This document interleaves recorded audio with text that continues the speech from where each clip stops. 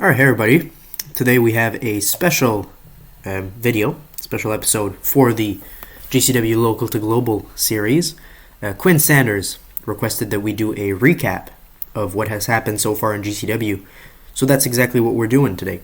And that's why we are in GCW, on GCW in TEW 2016, because I want to look at the show history. And then we'll go look at TEW 2020 and then TEW9, see where we're at. So, let's start with the current situation for 87.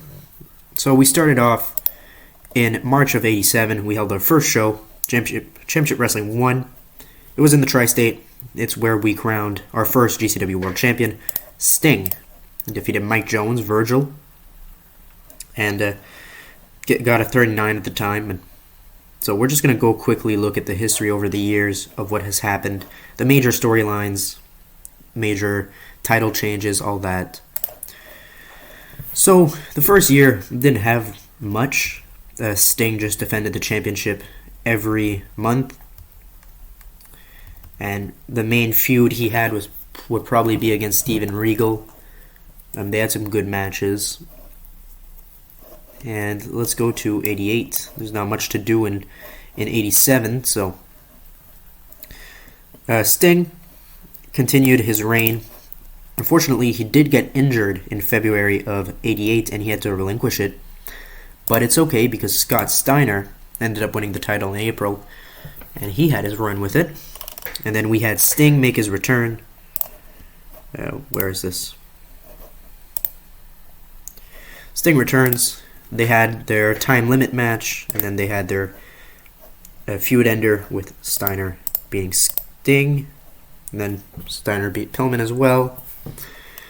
But 89 is where we really start getting interesting, because at this point, Dustin Rhodes is in the company. He wins the title, but he doesn't hold it for long. They have a tournament. He doesn't even get a defense in, and Dustin loses it to Pillman. Shawn Michaels made his debut, and he and Pillman feuded throughout the year, the remainder of the year, and that ended with Shawn beat Pillman in August, and then they had the first Revolution. We had the main event be Shawn Michaels versus Brian Pillman, and Steve Austin making his return, or his debut. No, we had a few matches before that, or just came out, attacked Michaels and whatever, and then they started feuding. And 1990 is where we really start to pick things up. I believe this is where we became regional size, if we go look at the news. So, company news, 1990, companies, GCW.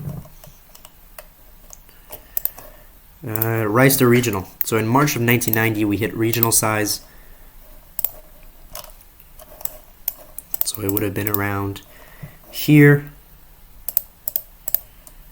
Yeah, as you can see the jump. So 1,000 attendance, and then immediately hits 21. When do we hold our first show outside of the Tri-State? I believe it happens either in 1990 or in 91. Well, in 1990, we also had our first broadcasted show. We got our first deal with WBGN TV. And it was Live Mayhem. I don't know if you guys remember that. Me and Mark Callis defeated Owen Hart on the show. Taz defeated Mike Awesome. Brian Pillman became the first Intercontinental Champion. And Steve Austin defeated Shawn Michaels. And I want to see if I can find the first show outside the Tri-State. We also had our first Defiance. You can look at the card there. Here it is, Mid-Atlantic. This is our first show outside the Tri-State, and it was Stunning Steve Austin defeating Johnny Polo as the main event. Right, the main storyline, it looks like, of 1990 would have been Cactus Jack and Brian Pillman, Steve Austin, Shawn Michaels, Steve Austin, and me and Mark Callis, I believe, had a storyline by the end of the year. Our first Summer Showdown. This is before the Summer Series was a thing, however, so it was just Steve Austin against Taz for the main event. Cactus Jack and Sting, Owen and Jarrett, Ray, Malenko, Jerry Lynn, and Ultimo Dragon. Awesome and Candido, RVD and Psychosis. And then if we keep going, here we had Mean Mark Callis defeat Steve Austin for the belt. I don't know if I ever explained the reason why I made Mean Mark Callis defeat Austin, but he beat him because I wanted a title change for 1990, so I wanted Steve Austin to regain the title. So that's why I had Mean Mark Callis defeat Steve Austin. It's just because I wanted a title change. I wasn't planning on having Callis hold it for long. And Revolution 2, the first Revolution that was broadcasted. This is also where we crowned our first Tri-State champion. Chris Candido defeated Mike Awesome in the tournament finals, so that was fun. Razor Ramon made his debut. DDP defeated Jimmy Snuka. Owen Hart became WWA World Heavyweight Champion. Alright, 91. What happens in 91?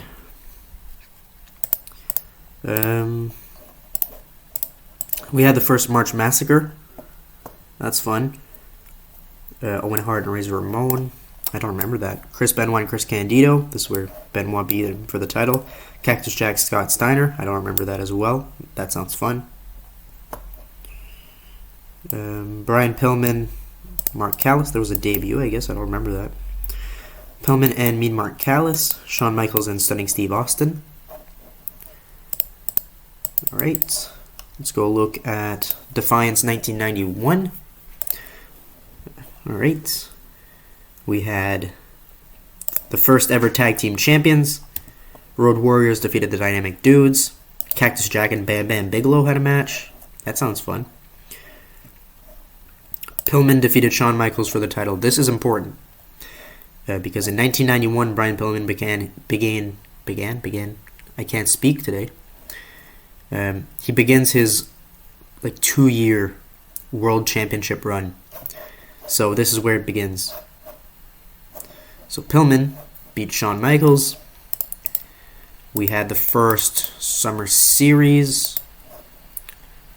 And Stunning Steve Austin beat Mean Mark Callis. Halloween Hell.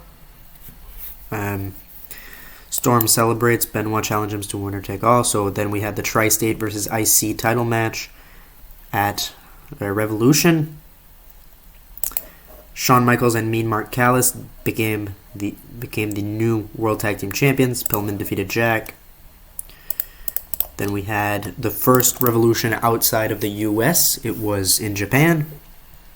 The main event was Brian Pillman versus Stunning Steve Austin. This is where Pillman turned heel to retain the World Championship and continue his feud with Austin. And then beat him and Muda at March Massacre. And this is where he introduced Franchise, if you guys remember that. Defiance continued that. Brian Pillman defeating Cactus Jack. We continue Franchise dominating the roster like IRS and, the tag team division. Summer Showdown. We had, I believe, Chris Benoit won the Summer Series, and he faced Pillman at Halloween Hell. I believe it was a steel cage match. And Pillman defeated Benoit. Austin was injured. If Austin was actually injured, that might be why I made the main event of Revolution Pillman versus Storm. And Arn Anderson retired the Tri-State title.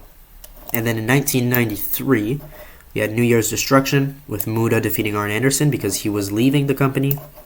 And then Muda got signed, so I had to make Mike Awesome beat him for the title. And then I didn't want Mike Awesome to hold it, so I had him drop it to Jeff Jarrett right here. March Massacre. So Pillman defeating Johnny Ace. And this is where Shane Douglas joined Franchise.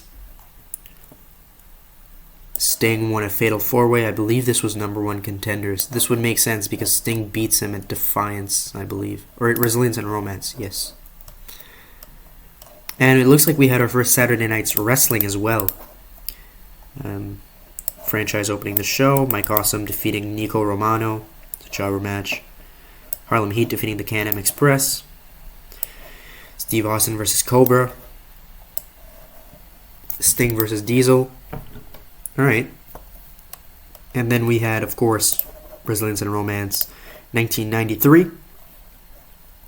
And the name of the pay-per-view, or the event, I don't know if I ever explained where I got the name, but I got it from the company Wrestle and Romance. I just thought it was fun having the contrast, and I figured Brazilians and Romance kind of has a nice ring to it, so that's where I got it.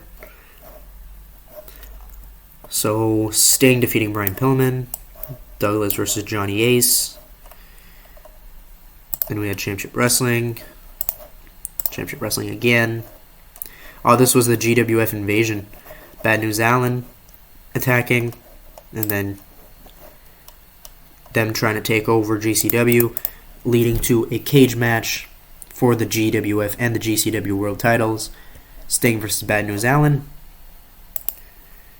And I believe I kept Bad News Allen afterwards, but I don't know if I actually used him that much. It doesn't look like I did.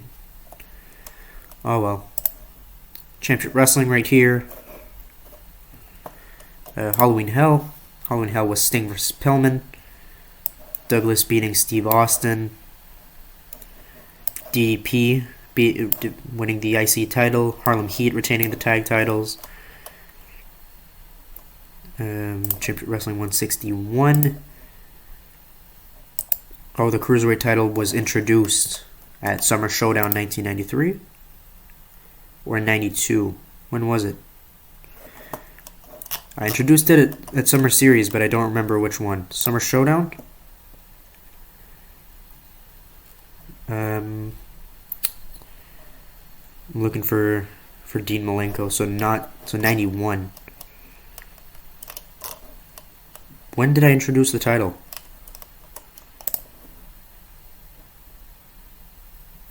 Was it 19? When? Crap. 93, yeah. Alright, so in 1993, for the Summer Showdown, Summer Series, Dean Malenko, there it is. He became Cruiserweight Champion, because it wasn't a title opportunity on the line, it was the Cruiserweight title. Alright, we're back on track. Halloween Hell, Sting versus Pillman again, and then Revolution 93 was Shane Douglas shocking the world and winning the title. Him proclaiming that franchise, like, he is franchise. Alright, and then we continued Saturday Night's Wrestling. We got No Love Lost. Sting versus Shane Douglas. Sting beats him once again. The Hollywood Blondes reunited at Revolution. Yep. Yeah, that's pretty much it. March Massacre. We had a 4-way. Was this War Games?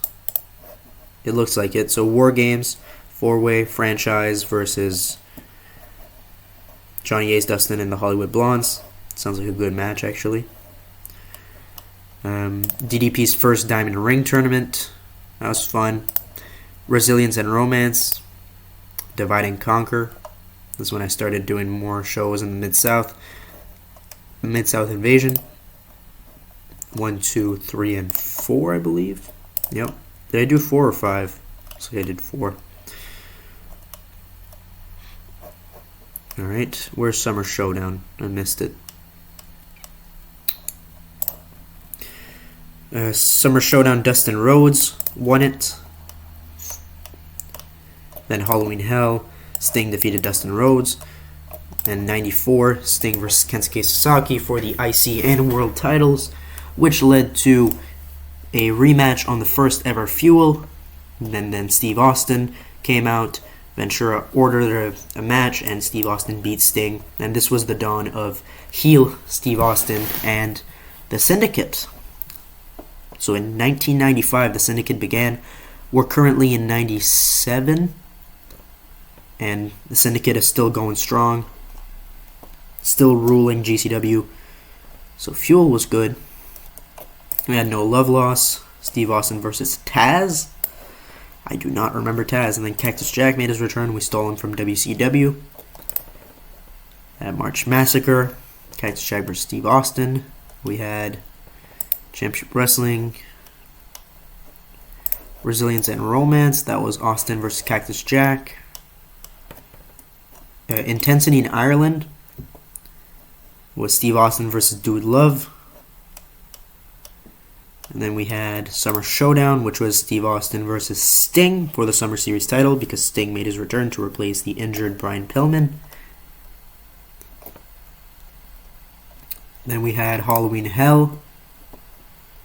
Pillman defeating Steve Austin for the title, and then losing it the next night back to Austin.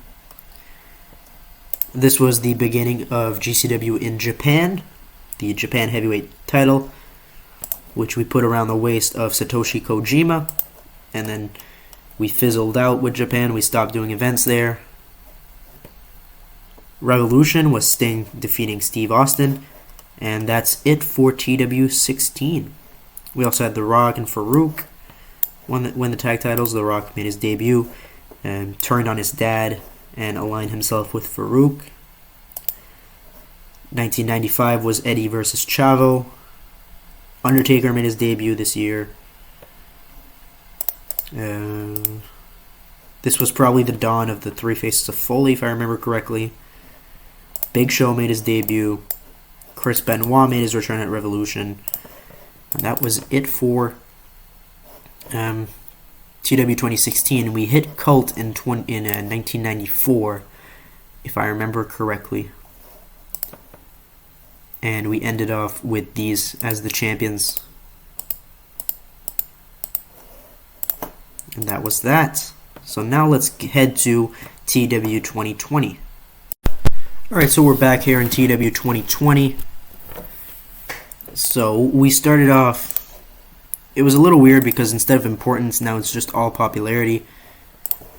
We would have started off in TEW16 with medium, which is basically cult size, and we would have hit big or national in TEW2016 in this mod, if I remember correctly, in this version of the game. Let's go see. Story type, company news. Yeah, so we hit big in August. So here's what we did in TEW 2016. We weren't in here for long because immediately after I got it, basically TEW9 came out or whatever. So fuel, the first fuel we held would have been this one.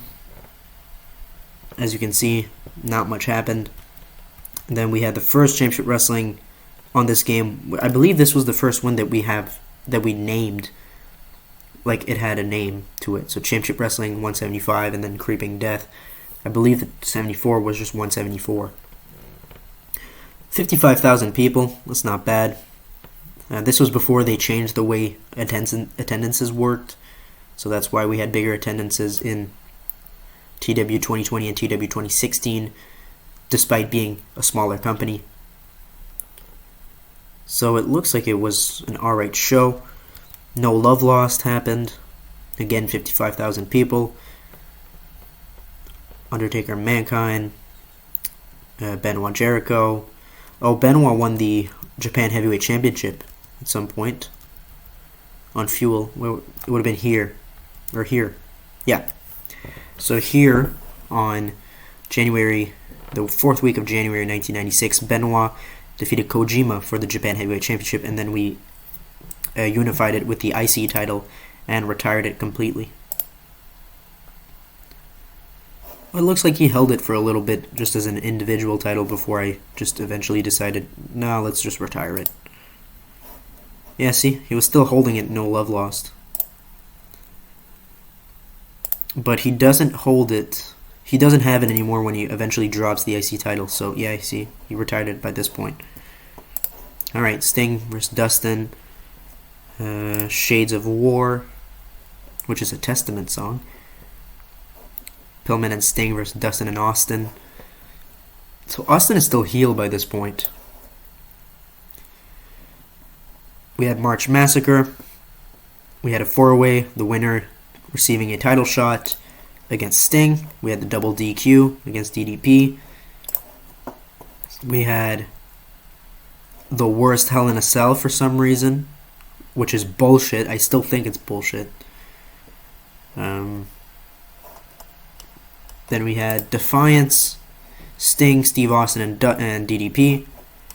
And I believe, when does DDP eventually get his actual title shot? I don't think he gets it. No, he doesn't. Undertaker defeats Sting at War in Wales, which is a very, very good show. And then we ended off at Summer Showdown with Steve Austin winning the Summer Series, Undertaker defeating Sting, and him turning on Paul Bearer, Chris Benoit defeating The Rock for the IC title, Triple H and Perry Saturn, New Age Outlaws winning the tag titles again, Steve Austin, Booker T, Dustin Rhodes, Chris Jericho. Great show. And that was it for what happened in TEW 2020. And then we have TEW 9. Can I fix it? Okay, there you go. This is where we're currently at in GCW. And here's what happened. We're still at big size. We still haven't hit huge. We need 71 throughout the regions of Canada and Mexico. And that is nowhere near to happening, especially not for Canada. The deal we made with GCW and NBC, which will be featured on the next episode, will help us gain a little bit of popularity in Canada, but we're not there enough where it's actually going to help. If we look at our broadcasting, Univision, this gives us big all over Mexico. So this is going to help getting popularity in Mexico. And this is good until 1999. So we're going to hit it by the end of this deal. Not the end of the year, but maybe the end of 1998. This year, in 1997, in 1997, I plan to have the debut of Ignition, which is the second A show, kind of like our version of SmackDown. And that's going to probably be broadcasted on NBC because I want that enormous coverage in Canada. Alright, let's get to the actual show. So what happened? So we ended off 1996. We finished 1996 with Ace of Spades, The Rock winning a #1 contender 6-pack challenge, then beating The Undertaker for the title at Halloween Hell. This was after Kane made his debut. Chris Benoit, Storm. Some good matches there. Kevin Nash retired. I believe it was in 2020 that Kevin Nash retired from in-ring competition.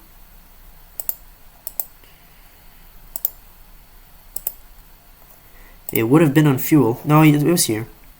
It was Fuel 85. He announced his retirement. He moved to commentary. The main reason why we moved him to commentary is just because I have nothing for him. I have no storylines for Kevin Nash. I don't particularly like Kevin Nash that much as an in-ring performer, as a promo. I don't really think he's that good, but whatever. It's my opinion. Anyway, Halloween Hell. This was a good show. So Rock became champion. We had Becoming. He defeated Dustin. And then we had Revolution, which was The Rock versus Steve Austin, with The Rock retaining the GCW Championship after Jesse Ventura turned heel, The Rock turned heel, and he joined the Syndicate. So I'm sure everybody remembers up to this point, but Fuel 100, of course, great show, 3 hour long, had some great matches on it. Mankind and The Rock. Mankind became the champion and then lost it pretty much immediately back to The Rock. And that's where we are now. We're caught up. So hopefully this recaps pretty much what happened. It was just, a quick overview of what happened so far in GCW. Trying to catch you guys up if you guys forgot anything. It's not complete coverage. I can't go cover every single episode. That's going to take me just way too long, and that's time I don't have. So I apologize for that, but at least it gives you a quick insight onto what happened in GCW, especially the world title picture. I know I didn't really cover the other titles that much. Apart from, I mentioned the IC title a couple of times. Hardcore title is pretty much brand new, so that's Cruiserweight title I mentioned. I didn't go over all the title changes, but television title. Here's a quick insight into our retired titles. So we have the FTW title as well that Taz introduced, the Japan title, which is now retired, Tri-State title is retired, the United States Championship is yet to come, the Women's Championship is yet to come, GWF, and then the Diamond Ring Tournament for DDP. Alright, hopefully that gives a decent recap into what happened. If you want to see these titles more in depth, you're more than welcome to go look at the GCW title spreadsheet that was made by our good friend Dominic. It is available on my website, which can be found in my description for the YouTube channel. So thank you guys for watching. We'll see you guys in the next one. Have happy holidays and happy new year. We'll see you guys. Goodbye.